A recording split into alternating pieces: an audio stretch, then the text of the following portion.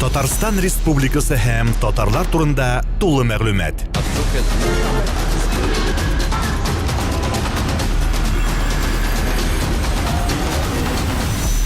Татар информ мәгълүмат агентлыгы. Марат Гутович, менә язгы эшләре якынлаша, кайчан башланып китер дип уйлыйсыз һәм безнең Татарстан хезмәтчәннәре ни дәрәҗәдә әзер? Язгы эшләренә хәзерлек инде ул урак биткәннән көздән тотынып кыш дәвамында ук бара, хәзерлек эшләре дип әйтәм.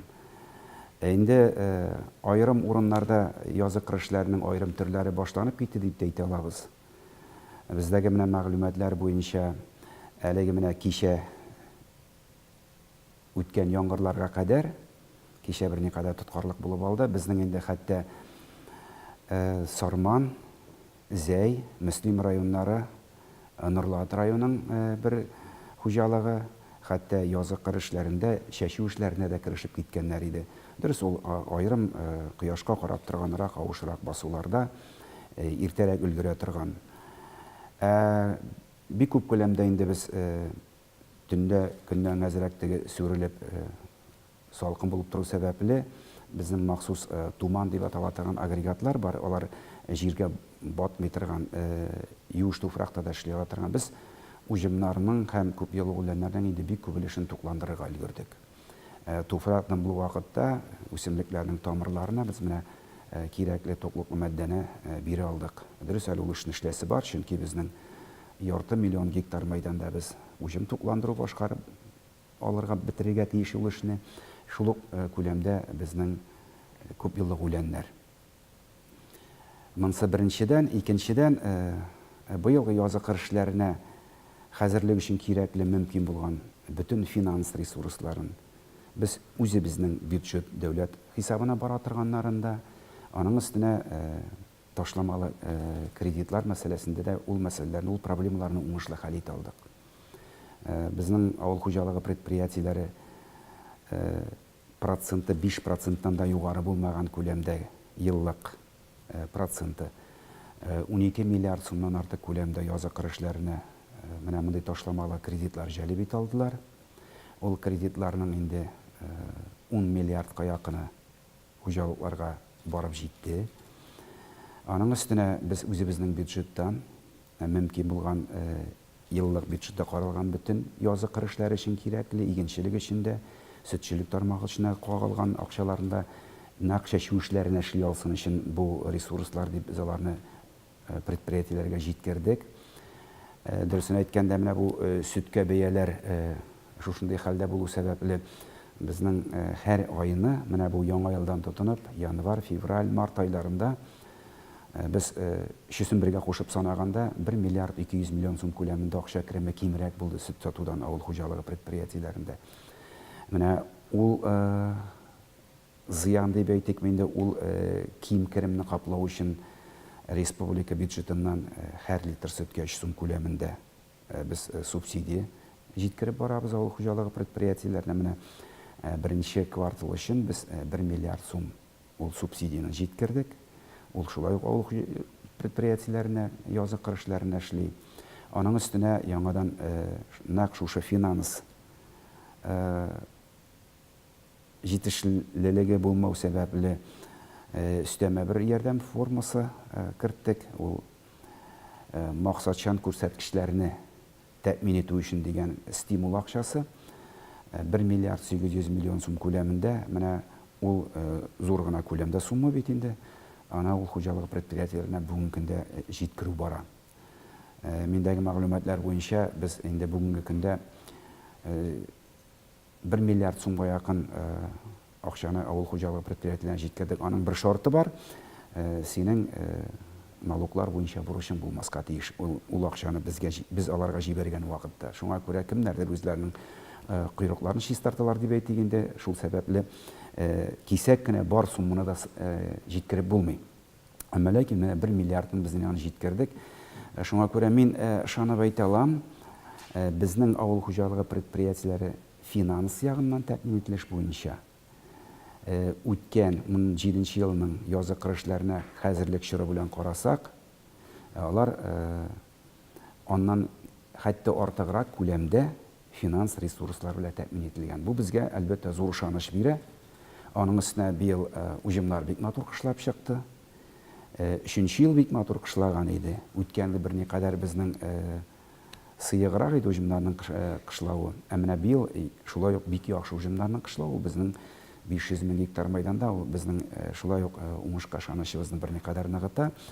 Дөрес, әле бүген чәчүгә яңа кирип барам чорда гына да быел без шуның кадәр уңышлы булабыз дип сөйләшергә иртә. Иртә кышкырган күкенең башы тишелгән дип әйтәләрме әле. Менә шуңа күрә шевиләрне көскөн әлбәттә санарбыз. Республика язгы кыр эшләрен сыйфатлы итеп оешкан төстә башкарып чыгу өчен дә һәм җәйге чорда чәчүлекләрен тәрбияләү һәм уңыш факторларының бөтен мөмкинлекләрен гамәлгә кую өчен республика әзер. Метеостанция нәтиҗәләре, фаразлары нәрсәне күрсәтә? Быел нинди яз көтелә һәм нинди җәй көтелә? Без үзебез шаһиты яз берникадәр соңга кала бит инде. Алдагы атнада да менә бу май бәйрәменә кадәрге көннәрдә әле артык җылылык көтелми. 5-6-7 градус җылылык күләмендә.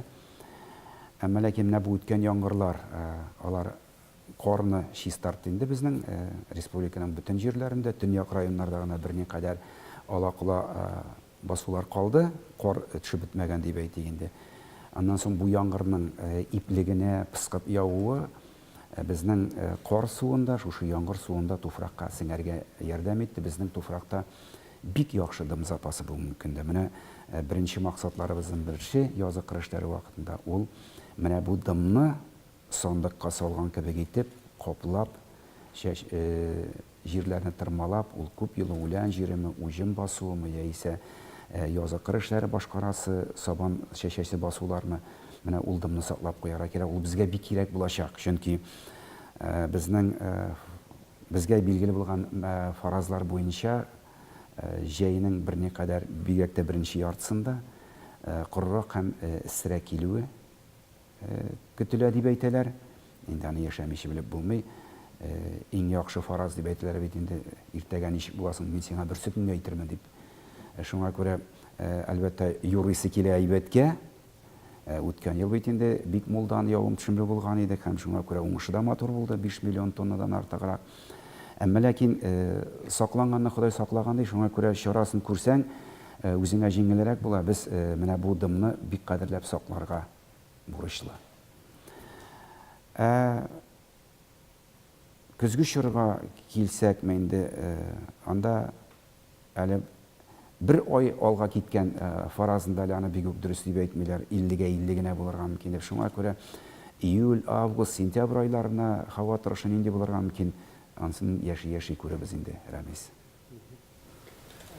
Һәм менә сөт бәясе турында сез әйтеп киттегез бит. Менә бу проблеманы, бу мәсьәләне берәр ничек аны хәл итәргә мөмкинме? Менә гел бит инде Татарстан бюджеты да бу алмаган сумманы күтәреп тора алмый.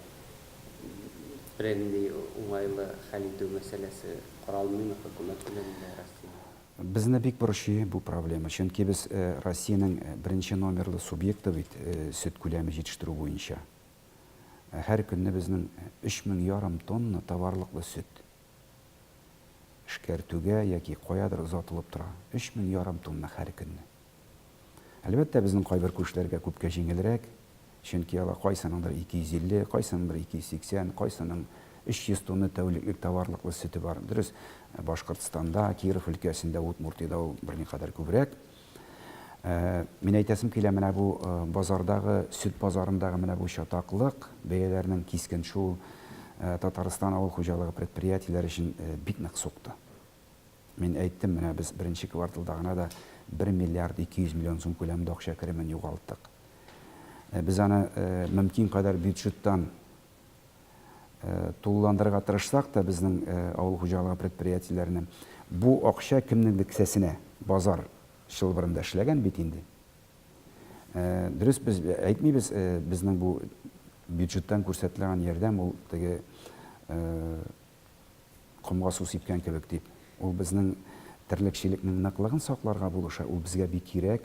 Чөнки сөтчелек тармагы ул чеби үстерү кебек түгел. яз көне алып кайттың да 2 айдан суярлык бройлер тавык үсми. Ул сыерны булдыру өчен аңа ким дигәндә бик яхшы хуҗалыкларда 3 ел вакыт кирәк. Әле үзенең оешканлыгы, технологиясе җитмәгән хуҗалыкларда 4 елсыз да туган бозаудан соң сыер булмый. Шуңа күрә бик саклыйсы килә безнең бу терлекнең баштаны, бигрәк тә савым сыерларны. Шуңа күрә дә без бит шәхси хуҗалыкларга да президент белән киңәшеп 360 миллион сум күләмендә һәр сыерга андай сөтнең товарлыклыгын үлчәүгә авыр. Шуңа күрә хуҗалыкларда асрала торган сыер баштанына карап без кемгәдер 3000, кемгәдер 4000 сум күләмендә бер сыерга исәпләгәндә шундый субсидияны әле үк февраль аенда ук бирдек. Шушы баштаны саклау өчен республика кысаларында дөрес ниндидер өлешчә чаралар күреп була һәм без менә безнең сөт җитештерүче авыл хуҗалыгы предприятиеләре, әгәр аларның сөтен эшкәртү предприятиеләре арасында, әгәр дә алар белән ике арада бар икән арадашчылар, алар белән мөнәсәбәтләрдә берникадәр ачыклык кертергә тырыштык. Гаделлек кертергә дип әйтергә берникадәр. Аларның да финанс хәле безгә таныш, теге авыл хуҗалыгы предприятиеләре кемдер үз кыйммәте күләмендә сатып продукцияны, кемдер хәтта үз кыйммәтеннән түбәнрәк бәягә сатып та, алар хисабына безнең республикабыз кысаларында кемдер бай дип әйтә алмыйм. Чөнки без күзәтәбез сөтнең шималының керешеннән, сөтнең эшкәртелгән предприятиядән күпләп сату бәясе нинди бәядә киткән, аларның икесен чагыштыру хисабына берникадәр ачыклык кертеп була. Аннан соң менә еллык аларның хисап документларыннан беренче квартал йомгаклары буенча без күрәбез. Проблеманың күп өлеше илгә чамасыз коры сөт керү, Белоруссиядән сөт продукциясе керүнең, сыр продуктларының, аның өстенә республикага бит үткән ел гына да 1 миллион тоннага якын пальма мае керде. Кибет киштәләрендә, базарларда да безнең сыйфатлы булмаган продукция, фальш продукция дип әйтик инде. Дөрес, бу пальманың маен сыер маена кушып спирт дип әйтәләр бит, аны эшләргә рөхсәт ителә, әмма ләкин кушып эшлиләр дә сыер мае дип саталар кыйммәткә.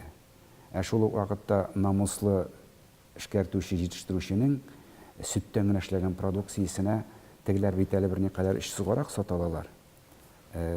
Кем коры сөт кушып эшли икән, коры сөтнең бүгенге әйтик базарда бәясе 95-100 сум икән, аны унга бүлеп карасаң, сөтнең 1 литрын 10 сумга сатып алган кебек килеп чыга эшкәртү предприятиесенә. Шуңа күрә дә бигрәк тә бездән читтәрәк булган эшкәртү предприятиеләре, алар бу коры сөт белән бик нык файдаланалар инде.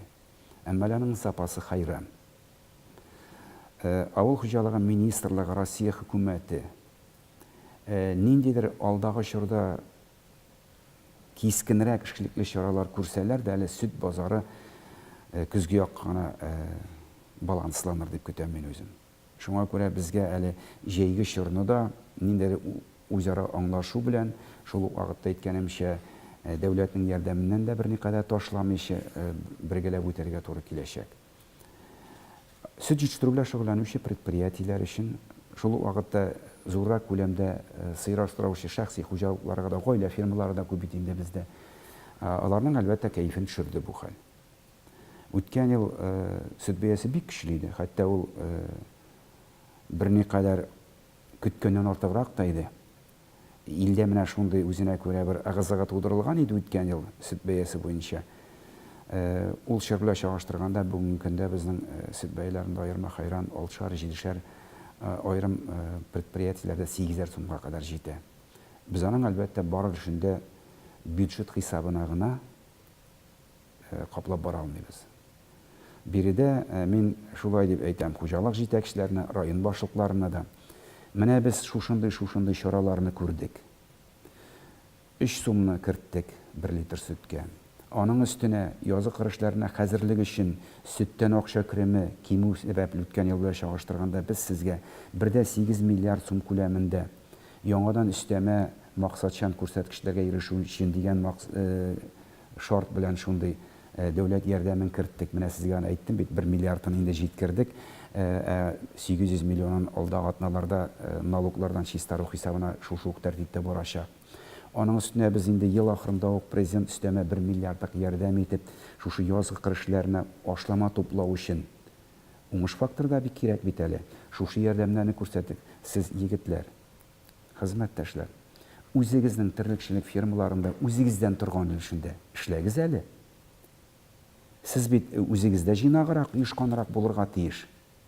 Менә мондый мөнәсәбәттә үзеңнең проблемаңны, базар проблемасын әйдә без уртаклашыйк. Үзебезнең тырышлык белән һәм дәүләт ярдәме белән дә. Шул вакытта әлбәттә Татарстан үзе генә сөт базарын көйләргә сәләтле түгел. Россиядә сөт базарын бары тик Россия хөкүмәте генә көйли ала. Бик өметләнәбез менән дә бу мәсьәләгә җитди карап чаралар күрелер дип. Аның өстенә әле менә бит әле яңа президент сайланды.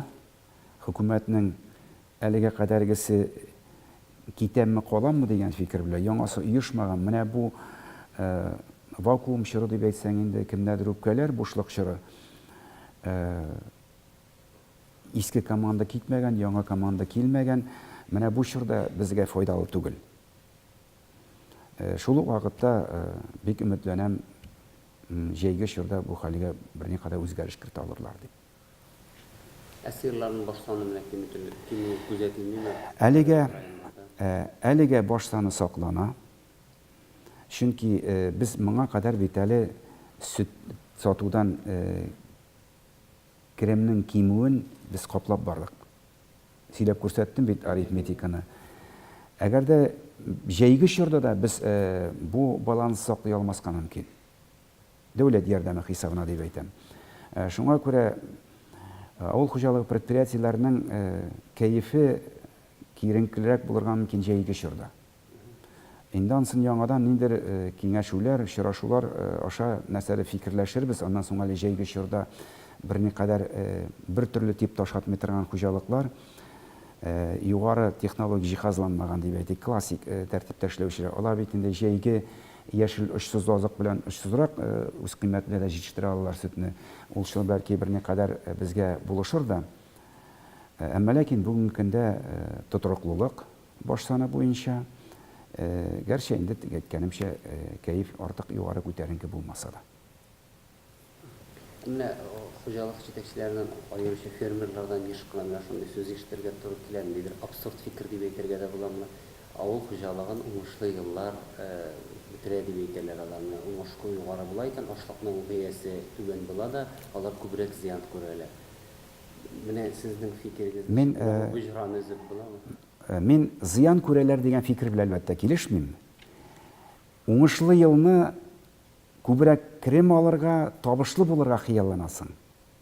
Менә мәсәлән, без 17нче елның уңыш астына да, 16нчы елның уңыш астына да акчалата караганда бер төрлерәк күләмдә чыгым тоттык. Рәмис.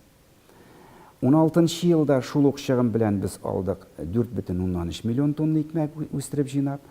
Шундый кадәр күләмдә чыгым белән 17нче елда біз уңышны алдык 5,3 миллион. 1 миллион тонна икмәкне күбрәк җыйдык. Димәк, безнең икмәкнең 17нче елда җыйган икмәкнең һәр берәмлегенең үз кыйммәте 16нчы елга караганда кичерәк бит инде. Дөрес, шушы кадәр күләмдә базарда икмәкнең күләме күп булу сәбәпле аның сату бәяләре дә төште. Икмәк сатудан зыян юк, икмәк сатудан табыш ала алмадык. 16нчы елда безнең икмәкнең базарда сату бәяләре югарырак иде үз кыйммәтеннән. Шуңа күрә берникадәр табышлырак булды 16нчы ел. 17нче ел акча креме шуның кадәр үк. Сату бәясе үз кыйммәте күләмендә килеп чыкты. Бар әйтик син әйбәт технология белән, сыйфатлы итеп, 3нче класслы бодай җитештергәнсең икән, әйтик аның үз кыйммәте 6 сум 50 тиен, ул бодайны 7 сум 50 һәм 8 сумга алдылар. Әгәр дә син синең технологияң, оешканлыгың ул җыртык булса, син 5-нче классты терлек азыгына ярый торган гына будай җитештергәнсең икән, ул вакытта әлбәттә 5-нче классы будайның бәясе 5 сум 50 тиен 6 сум гына булды. Үз кыйммәте тирәсендә генә уйнады.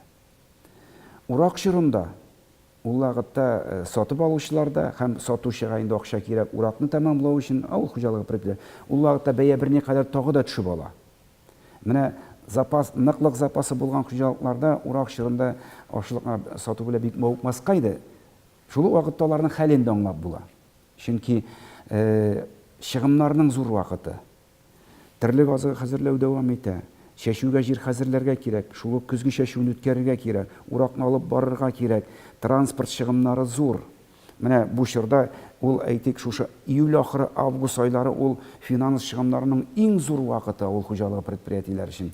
Шуңа күрә инде ындырга кайткан ашлыгын сатып булса да берникадәр эшнешкә алырга тырышалар. Аларның хәлләрен дә аңлап дип әйтүем мин сөйләшүем инде. Әмма ләкин дәүләт киләнеше дә җитми. Аның өстенә безнең икмәкне тирән эшкәртү технологиясе предприятиеләре җитми. Менә Таиф компаниясе белән без киңәшүләр алып барабыз. Республикабызга безнең беренче этапта 500 мең тонна, икенче этапта тагын 500 га исәпләнгән ашлыкны тирән эшкәртү предприятиесе кирәк.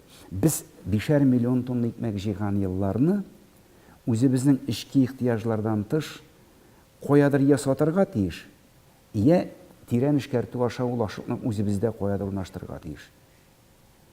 Әйтик шул ук техник спирт җитештерүне. Безнең шушы Нижнекамск, Түбән Каманың нефтехим компаниясе ул техник спирт куллана. Шуңа күрә дә Таиф белән без шундый киңәшүләр алып барабыз. Таныкада бәлки киләчәктә андый ихтыяҗ күрсәтер. Татнефть компаниясының нефть эшкәртү предприятиесе. Менә инде азык спирты җитештерү буенча предприятие, алар спиртны җитештереп, аны аракыга әйләндереп, аны сатып алу күләмендә генә эшкәртәләр. Дөрес, 150-80 мең тонна гына икмәк эшкәртә торган спиртпром предприятиеләре безнең ихтыяҗны канәгатьләндерми. Ел корырак уртачара килгән елларны без бит икмәкне үзебезнең ихтыяҗ күләмендә генә җитештерә алабыз. Ул елларны андый әлбәттә андый проблема тумый. Аның өстенә җитмәсә, ил күләмендә соңгы берничә ел рәттән ел арты ел рекордлы икмәк җыйнап алалар. Дөрес, менә быел мин берникадәр өметлерәк карыйм, ел өмет уңышлы килсә дә, чөнки инде 45 миллион тонна икмәк экспортка озатылган ил күләмендә, яңа уңыш икмәге дип әйтик.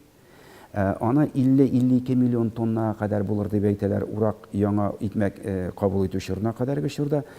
Ил быел яңа уңышка үткәннән куела торган запасны кимрәк запас белән килә алдагы елныкы белән караганда. Шуңа күрә бәлки быел икмәккә берникадәр гаделрәк бәя урнашмас микән дип.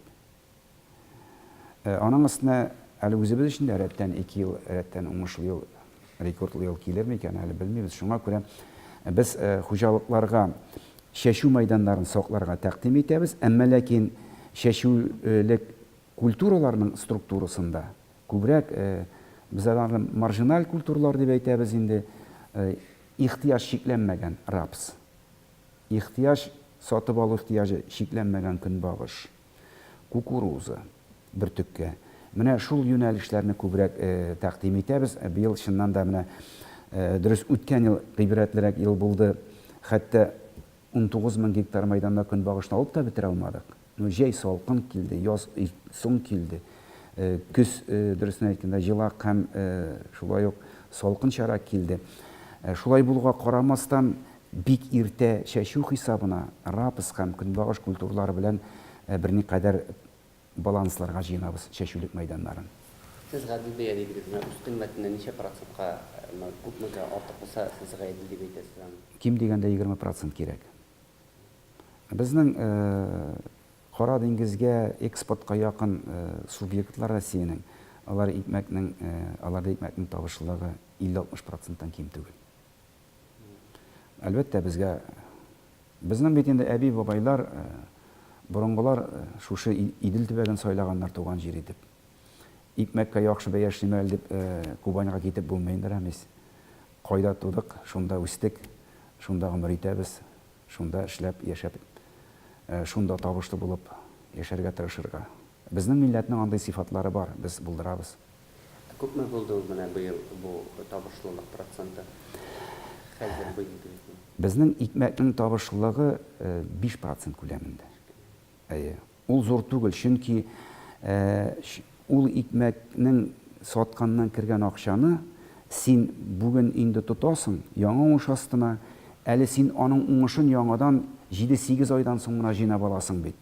Ул чор эчендә яңадан үзенә күрә инфляция бара. Менә күз алдына китер, үткән ел ягулыкны, шул ук ташламалы ягулык булса да, Рәхмәт нефтчеләргә, Таиф компаниясына 33 сум 50 тиеннән җибәрдек.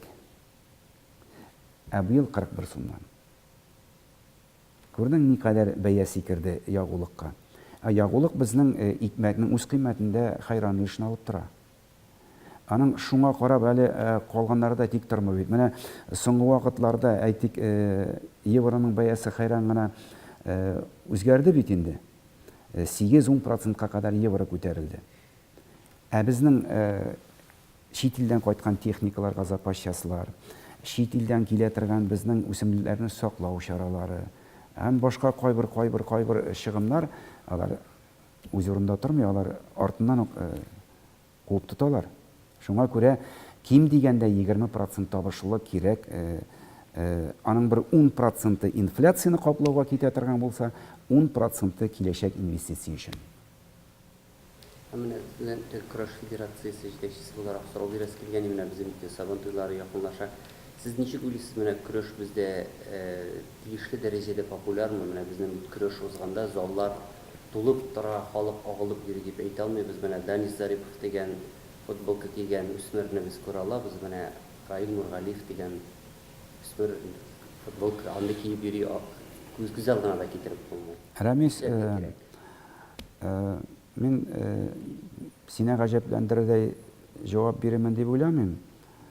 Әгәр дә бер хоккейчының чыгымын безгә көрәшне үстерергә кемдер булышып бирә торган булса, без көрәшне икенче дәрәҗәгә куя алабыз. Бер хоккейчы яки ярты футболчыныкын. Безнең көрәш, татар көрәше федерациянең җәмәгатьчелек башлангычында һәм мөмкин булган спонсорлардан аларның теләге һәм ихтыяры күпмегә мөмкинлек бирә, шуның белән бара торган әйбер. Без алай да әле ул көрәшне массалыгын саклап, беләсең килсә, безнең татар көрәше белән хоккей белән көрәш шөгыльләнгән кадәр күләмдә сонда яшүсмерләр һәм балалар шөгыльләнә. Хоккейга күп акча тыгыла. Ә милләтнең көзгесе буларак татар көрәшенә без күпме чыгым тотабыз. Ул чагыштыра торган түгел, мин сиңа сүз башында ук әйтеп күрсәттем. Әгәр дә безнең зур күләмдә реклама белән шөгыльләнергә, тамашачыны тартып китерергә, аны кызыксындырырга шундый мөмкинлек, финанс мөмкинлекләре булса, әлбәттә татар көрәше башкача булар иде. Безнең резервларыбыз бик күп. Безнең чиста татар районы булган районнарыбызда да, башлыклары татар егетләре булган районнарыбызда да татар көрәше масса алмаган шундый районнарыбыз бар. Мин аны гел үзебезнең эшләп бетермәгән җитешсезлегебез дип санап киләм. Шул ук вакытта кесәнең мөмкинлегенә карап, мин канәгатьлек тә белдерәм. Безнең менә титуллы ярышлар бар. Әйтик, безнең авыл хуҗалыгы министрлыгы призы, безнең Муса Җәлил турниры. Кыскача шулай сөйләшик инде. Герой шагыйрь истәлегенә багышлаган Ватаным Татарстан газетасы белән берлектә бара торган.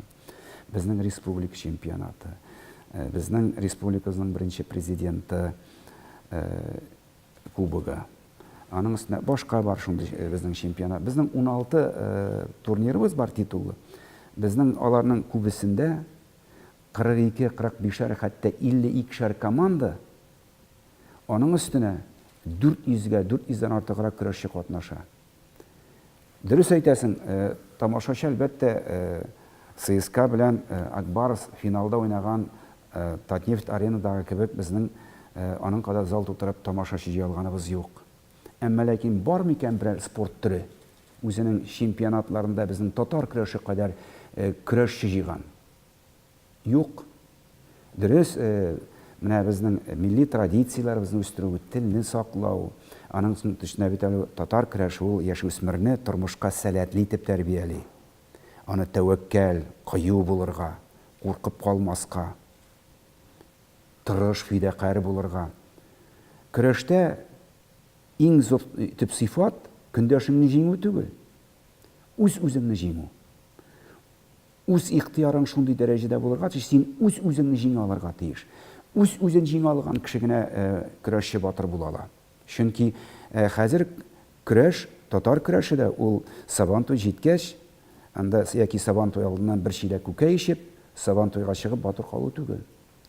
Ул нак югары һөнәри осталыктагы башта спорт төрләре кебек ел дәвам, һәр көн, һәр даим шөгыльләнүне таләп итә. Һәм искиткеч тар кысал мәҗбүри ихтыяри кысаларда сиңа эшләргә яшәргә мәҗбүр итә бу спортчы көрәшчене. Мин әйтәсем килә, татар көрәше ул спортның дәрәҗәле матур төре республикабызда. Дөрес, халыкның аның кабул итүен, тамашачының аның яратуын безгә ул максатка ирешергә кирәк. Ничек итеп популярлаштырып була дип уйлыйсыз? Менә буламы булган шартларда? Әлбәттә була. Әгәр дә без башка дәрәҗәдә финанслый алсак, татар көрәшен, әлбәттә була. Булмаса финанслар. Ә нишләп булмаса? Булдырырга кирәк. Булдырырга кирәк. Аның өчен татар җанлы, милли җанлы, милләт җанлы, традицияләргә хөрмәт, ихтирам белән карый торган безнең спонсорларыбыз булу кирәк.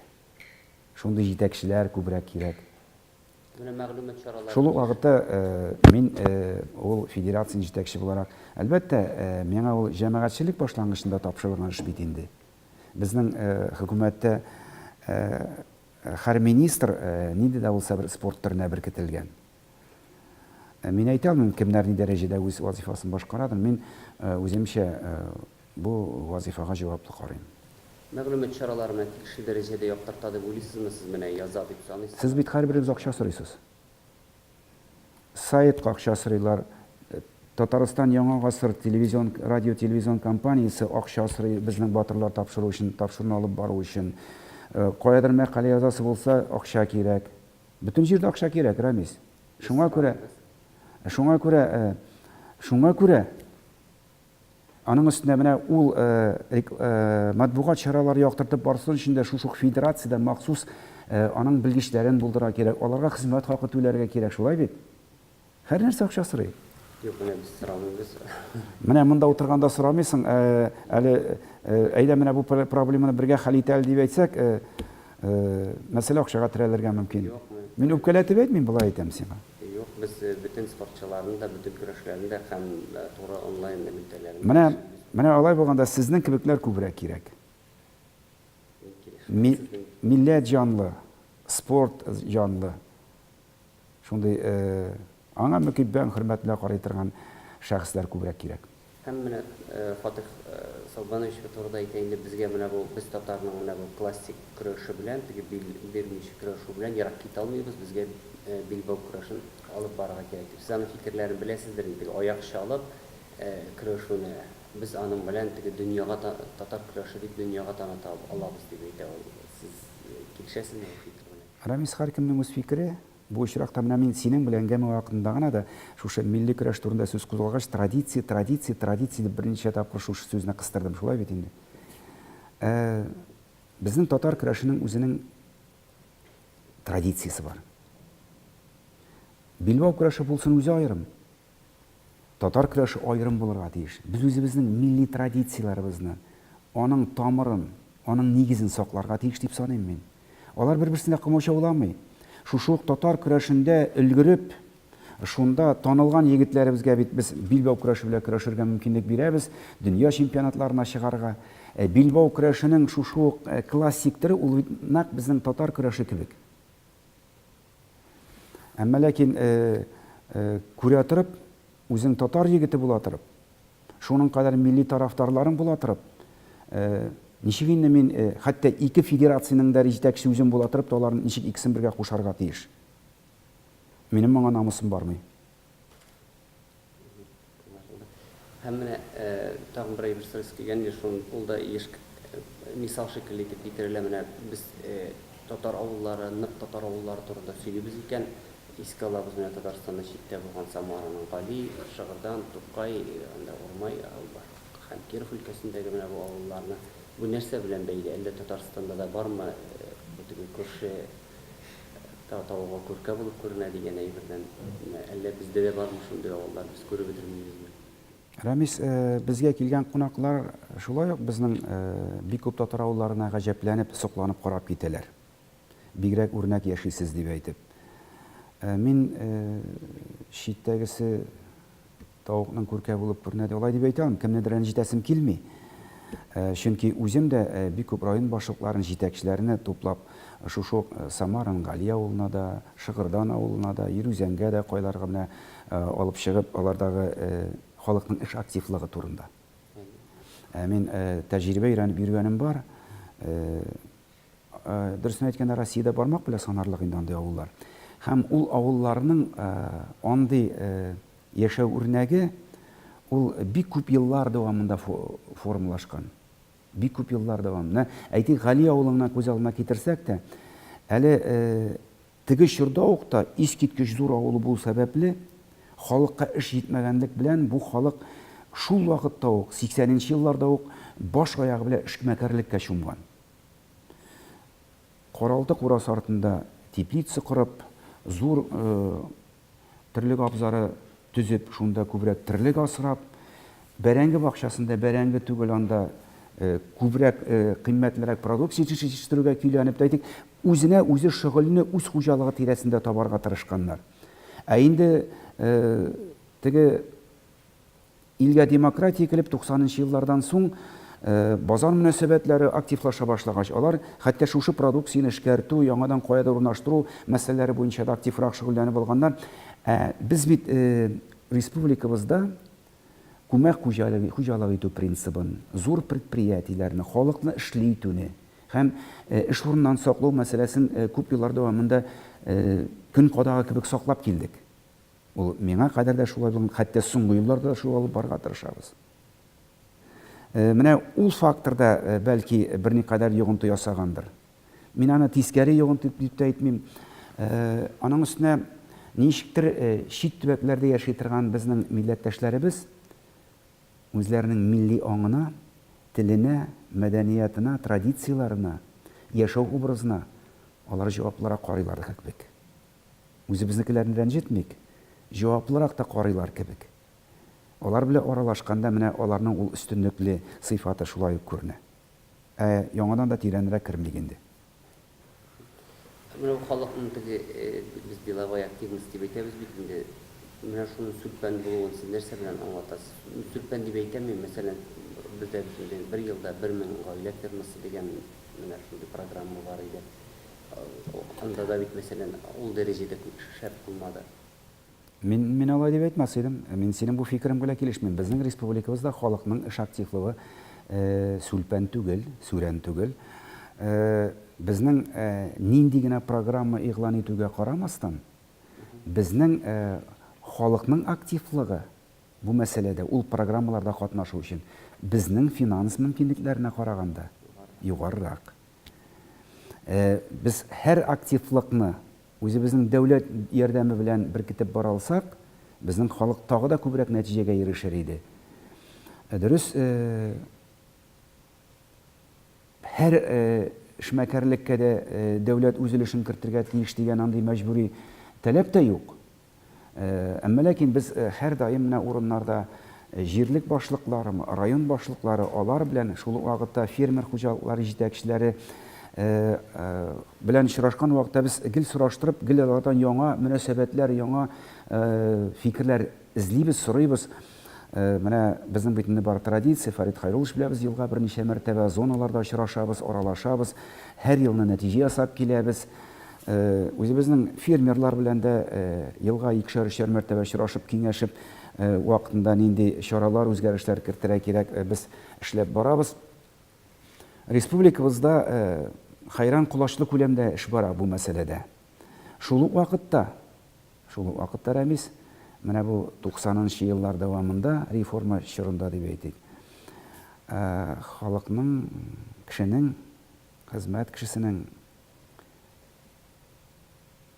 экономистлар терлегендә әйтсәк, хисапчылар телендә. Кеше сыйфаты да хайран үзгәрде. Бик күп кешенең язмышына җаваплы мәшәкатьләрне дәүләт үз өстенә алды. Шул ук вакытта эш белән шөгыльләнүче предприятиеләрдә халыкка хезмәт хакы чамалы. Ул халыкның анда ябышып эшләп ятарлык хак түгел. Чөнки ул башка җирдә ниндидер вак-төягеш белә дә шушының кадәр күләмдә хезмәтенә хак ала. Нишләп ул сиңа 28-30 көн синең фирмаңда ябышып ятсын, яисә синең 15-20 еллык тракторыңда механизатор булып эшләсен, әгәр дә ул шушы хакны башка җирдә җиңелрәк эшләп ала икән. Аның өстенә республикабызда менә бу башкаланың искиткеч камилләшә, матурлана баруы, биредә бик күп яңа эш төрләре барлыкка килү. Ул да халыкның хәрәкәтлеген арттырды, чөнки күзе күргән, колагы ишеткән кеше үзенә җайлырак, кулайлырак яшәү чарасын, хезмәт чарасын эзли бит инде. Шуңа күрә юллар бар, транспорт күп, хәтта 100-150 километрдан Казанга килеп эшләп йөрүчеләр бар бит. Шул вакытта башка шәһәрләргә дә дип әйтик инде. Безнең авыл җирендә ул проблемалар комплекслы. Әлбәттә, аның иң төп, иң зурысы авыл хуҗалыгы хезмәтенең, эшенең, ул бизнесның табышлыгын күтәрү төрле чаралар белән, дәүләт ярдәме белән дә, табигать булышы, базар көйләнеше белән дә, урыннарда булдыклы оештыручылар белән дә халыкка шәһәрдә генә ким булмаган хезмәт хакы түли алу. Аның социаль инфраструктурасы буенча бик матур үзгәрешләр бара республикабыз авылларында. Без аның шаһитләре, көндәлек шунда карап йөргәнгә генә без аны игътибар итмибез. Әгәр дә моннан 10-15 ел элек белән чагыштырсак та, инде аерма бик зур, искиткеч зур.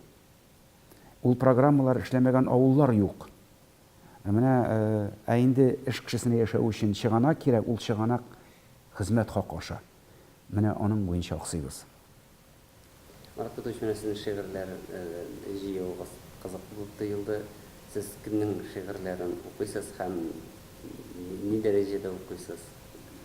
Кемнең шигырьләре ошый?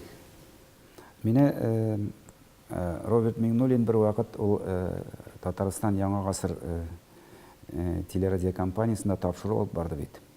Китап турында. Мине тапшыруга чакыра. Мин әйтәм, Роберт Мөгаллимович, мин бит бик китап укымыйм. Син мине анда чакырып, ул тапшыруда уятка калдырмакчы буласыңмы ни дим тиңә әйтәм. Шуңа күрә сиңа да җавабым. Алай шигырьләр уку белән бик мавыгам дип әйтә алмыйм.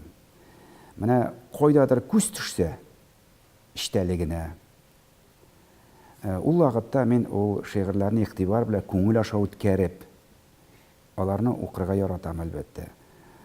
Менә Әнгамәт Набаев турында сүз булды бит инде, аның шигырен сөйләп үттек. Аның өстенә Наҗар Нәҗми, менә Балык бистәсенең элеккеге башлыгы Илһам Валиев биредә очрашуга килгән сайын Кадир Сибгатуллинның берничә шигырен кыстырып килә иде. Менә шундый кулга нидер шигырьләр төшкәндә, яисә таныш шагыйрьләрнең, шул Разил Валиевның, Роберт Миңнуллинның, әйтик, минем якташым бар бит әле, Гарипҗан ага Мөхәммәтшин Балтачтан. Аның шигырьләрен, яки менә алар үзләренең нидер очрашуда шигырьләр китабын бүләк итсәләр, шул вакытта ачып шигырьләр карап, аларның аеруча күңелгә ошаганнарын билгеләп алам. Менә шундый дәрәҗәдә генә мавыгу. Күләмле әсәрләр, күңелгә ошаганнары юкмы? Менә яңа хәзер әдәбияттан әллә кулга кермиләрме, тарату? Рәмис, үзем дә ятка калмас өчен дә һәм сине дә рәнҗетмәс өчен мин китап авторларында, әйтик, китап исемендә эндәшми калыйк бу очракта. Укырга туры килә күбрәк вакытлы матбугат белән танышып бару, мәгълүмати материаллар бик күп бит инде. Электрон чараларда да, газета материалларында, аларында карап бармыйчы булмый. Бигрәк тә менә авыл хуҗалыгына кагылышлы башка шундый темалар. Кайберләренә, мәсәлән, Моңа кадәр дә игътибарлы булсаң да, шушы мәкаләләр, шул мәгълүматны ишеткәннән соң яңадан да җаваплырак чаралар эзлисең. Әйтик, менә мәсәлән, Бизнес онлайн электрон газетасында Алена Белоглазова, безнең Яңа Шишмәдән. Яшь фермер инде ул. Менә шу сөтчелек базары турында аның менә йөрәгеннән борчылып чыккан фикерләре буенча әңгәмәне укып, аңа битараф калып, яңадан нинди чаралар эзләргә уйлыйсың, нәрсә эшләп була микән яңадан менә бу мәгълүматны ишеткәннән соң дип. Шуңа күрә әлегә нинди классикага вакытым юк. Менә исән саулык алдагы елларда алар белән күбрәк мавыгырбыз инде. Тотыш бұл сұрауын сізге бір берген бар еді, шулай ғана бәлки менде яңа фикерлер туған нәрседе, сіз неше ойлайсыз, татар тілін бүгінгі шартларда сіздің ойланғаныңыз бар ма, ничек сакларга мөмкин Татарстанда, бәлки шетте де сіздің шәхси фикерегез сындырган? Һәр татар кешесе үзенең ана телен, әле безнең республикада дәүләт теле дә, аны мөмкин кадәр камилрәк белүне үзенең бер горурлыгы дәрәҗәсе дип кабул итәргә тиеш. Әгәр дә безнең күңелебездә андый ихтыяҗ юк икән,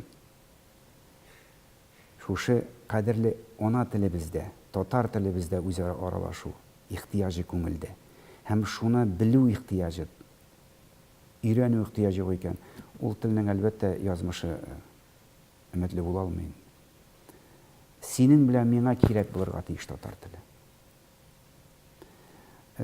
Аны ниндидер чаралар белән, хәтта татар телен мәгариф системасында аны мәҗбүри укыту аша гына да бәлки саклап булмыйдыр. Мин каршы түгел, ул дәүләт теле буларак укытылырга тиеш дип саныйм мин. Әмма ләкин телне саклауның, аны үстерүнең бик күп чаралары бар. Ул гаилә, ул үзара аралашу, ул ихтыяҗ, ул мәдәният, сәнгать, бик күп юнәлешләр. Менә әгәр дә без шушындый комплекслы дип әйтик инде, системалы һәм киң колач белән барабыз икән, бер мәгарифкә генә терәлеп тормыйча, ул вакытта әлбәттә телнең матурлыгын да, камиллеген дә саклап та, үстереп тә булачак. Татарстан Республикасы һәм татарлар турында тулы мәгълүмат.